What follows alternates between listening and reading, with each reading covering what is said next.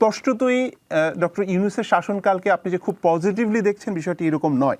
তো তাহলে বিকল্প হিসেবে আপনি কী চিন্তা করছেন? মানে ধরেন ইউনূস এখানে নেই বা ইউনূসকে চলে যেতে হচ্ছে, সেক্ষেত্রে গণতান্ত্রিক প্রক্রিয়ায় যারাই ক্ষমতায় আসবে সেটি কি আপনি মনে করছেন যে দেশের জন্য ভালো হবে? অর্থাৎ মানে নির্বাচনের ভেতর দিয়ে সেই আওয়ামী লীগ বিএনপি যে শাসন ব্যবস্থাকে এক ধরনের মানুষ বিভিন্ন সময়ে প্রত্যাখ্যানই করেছে, সেই ব্যবস্থাটিকে ফিরে আনলে কি ভালো হবে, মানে কোনো ধরনের সংস্কার ছাড়া? কি মনে হয়?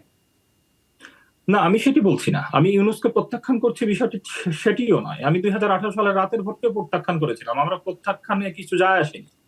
আহ বিষয়টি হলো, যদি কেউ আসলে কাজ করছে, এটি দৃশ্যমান হয়, তাকে সমালোচনা করার কিছু নেই। ভালো কাজ করেছে, যেটি ঈদের সময় যাতায়াত, আমরা তো প্রশংসা করছি, সবাই প্রশংসা করেছে। বিষয়টি হলো, ইউনূস কোনো নির্বাচিত সরকার চালাচ্ছেন না। এবং বাংলাদেশ তো দিন শেষে একটি গণতান্ত্রিক দেশ। বাংলাদেশ এই সরকার তো আসলে নির্ধারণই করতে পারেনি তারা বিপ্লবোত্তর সরকার নাকি গণ অভ্যুত্থানের সরকার। তারা একবার বলেছে বিপ্লবের সরকার, একবার বলেছে গণ অভ্যুত্থানের পরের সরকার। দুটো তো ভিন্ন বিষয়।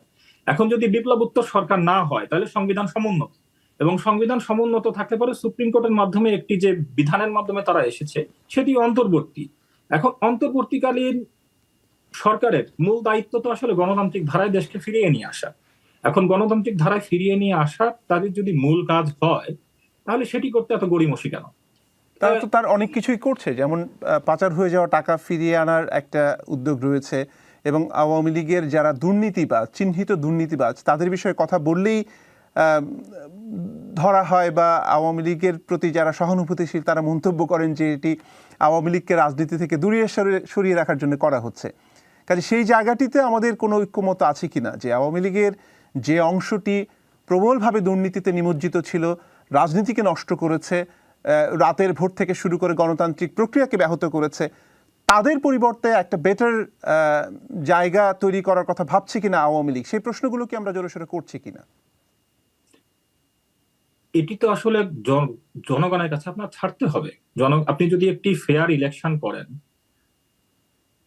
কোনোভাবেই মানুষ কিন্তু এত বোকা না। মানুষ কিন্তু ফেয়ার ইলেকশনে যে লোকটি আসলে ভালো, সৎ, নীতিবান, তুলনামূলক তাদের জন্য ভালো, তাকেই মেজরিটি ভোট দেয়।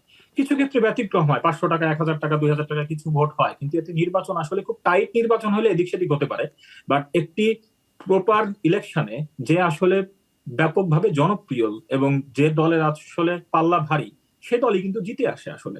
আমরা গত 2014 সালের পরবর্তীতে দেখেছি আওয়ামী লীগের আসলে জনপ্রিয়তায় ভাটা পড়েছে, এই কারণে তাদের রাতের ভোট করতে হয়েছে। তারা যদি ফেয়ার ইলেকশন করতো, তারা নির্বাচিত হতো না, এবং এই পরিণতিও হতো না, এটাও সত্যি। এখন বিষয়টা হলো গিয়ে, আওয়ামী লীগ তাদের সংশোধন করবে কিনা, সেটিতে আসলে আওয়ামী লীগের দলগত বিষয়। আওয়ামী লীগ যদি সংশোধন করতে না চায়, তাহলে জনতা তাকে ছুড়ে ফেলে দিবে। জনতার উপরে তো আপনার ভরসা রাখতে হবে। তাহলে আপনি বলেন যে আমি জনতার উপর ভরসা রাখি না, আমি গণতন্ত্রে বিশ্বাসী না, আমি আসলে স্বৈরতান্ত্রিক, বা আমি আসলে এক ধরনের অন্তর্বর্তীকালীন এরকম ব্যবস্থা তো আসলে পৃথিবীর কোথাও নাই। নাম বলাটা আসলে খুব মুশকিল। আমি আসলে এক ধরনের অন্তর্বর্তীকালীন মোনার্কিজম ক্রিয়েট করতে চাচ্ছি, সেটা বলেন। তাহলে পরে আমি আর গণতন্ত্র নির্বাচনের কথা বলবো না। তো নির্বাচনে যদি জামায়াত ক্ষমতায় আসে, মানুষ যদি ভোট দেয়, আসুক না কেন, সমস্যা কোথায়? ধন্যবাদ শান্তনু। আমি একটু নাইম হোসেন আপনার কাছে আসতে চাই।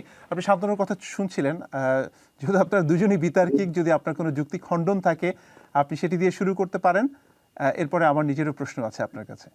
নাইম। জি, অবশ্যই।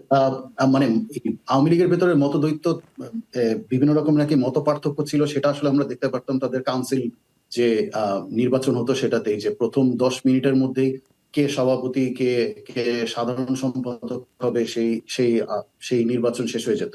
এবং সেটা আর কি সবাই হাত দিয়ে করে, চিৎকার করে, কান্নাকাটি করে নির্বাচন করে ফেলতো। সো এতটাই মত পার্থক্য তাদের মধ্যে, প্র্যাকটিসটা ছিল যে 10 মিনিটের বেশি তাদের আসলে কাউন্সিলের যে যে কাউন্সিল যে তারা করতো সেটাতে থাকতো না। একটা জিনিস বলা হয়েছে যে এনসিপি নাকি বলেছে যে তারা আর্টিকেল 70, যেটা অর্থাৎ আপনি হচ্ছে গিয়ে অ্যাক্রস দ্য আইল যেতে পারবেন না। আমি আসলে এই কথাটা তাদের কারো কাছ থেকে শুনিনি। তো this is also news to me, কারণ প্রথম থেকেই বলা হচ্ছিল যে বাংলাদেশের সবচেয়ে বড় যেই বিষয়গুলো সংস্কার প্রয়োজন, সেটা হচ্ছে গিয়ে যে যেন নিজ দলের যদি কোনো বিষয়ের যদি কোনো মত পার্থক্য থাকে, তাহলে যেন তার বিরুদ্ধে যেন সংসদে কথা বলতে পারে, এই বিষয়টাকে নিয়ে আসতে হবে। এবং সেটা আমরা অগণিত এই যাদেরকে এখন আমরা সমন্বয়ক বলছি, এনসিপি লিডার বলছি অথবা ছাত্র বলছি, তাদের আমরা অসংখ্য লেখায় দেখেছি তারা হুইসেল ব্লোয়ার অ্যাক্টকে সমুন্নত করার কথা এবং আরো শক্তিশালী করার কথা বলেছে, যেন যদি কোনো রকমের দুর্নীতি হয়, কারচুপি হয়, তাহলে সেই ক্ষেত্রে কেউ যদি হুইসেল ব্লোয়িং এর কাজ করে তাহলে যেন তাদেরকে যেন এক ধরনের আইনি সহায়তা এবং কাঠামো দেওয়া হয়। বলা হয়েছে যে বাংলাদেশের মানুষ নাকি অসম্ভব স্মার্ট এবং যারা তাদের জন্য সবচেয়ে ভালো তাদেরকেই নাকি আসলে জনগণ ভোট দিয়ে নিয়ে আসে। আমি নিশ্চিত শামীম ওসমান এবং হাজী সেলিম এই বিষয়ে অবশ্যই তার সঙ্গে একমত হবেন। এবং মনার্কিজমের কথা যেটা বলা হচ্ছে, ডক্টর ইউনূস আসলে কার কাছে মনার্কিজম দিয়ে যাবেন? তিনি কি তার ছেলে মেয়েদেরকে নিয়ে আসছেন? কিন্তু আমরা তো দেখতে পাচ্ছি যে বাংলাদেশে যে ট্রেডিশনাল রাজনীতি যে দলগুলো আছে তাদের মধ্যে এই মনার্কিজম এবং তাদের মধ্যে যে পরিবারতন্ত্রের যে কথাটা বলা হচ্ছে সেটাই তো ভাঙার চেষ্টা করা হচ্ছে। এখন বিষয়টা হচ্ছে যে একটা অন্তর্বর্তীকালীন সরকার যদি গণতন্ত্রের ধারায়, মূল ধারায় যদি ফিরিয়ে আনবার জন্যই এখন কাজ করতে হয় এবং সেটাই যদি আসলে অন্তর্বর্তীকালীন সরকারের মূল কাজ হয়, তাহলে আমাদের যে গণতন্ত্রের যে ধারা ছিল এবং যে গাড়িটা যে রাস্তায় চলছিল, সে গাড়ি এবং রাস্তা দুটোতেই তো সমস্যা ছিল।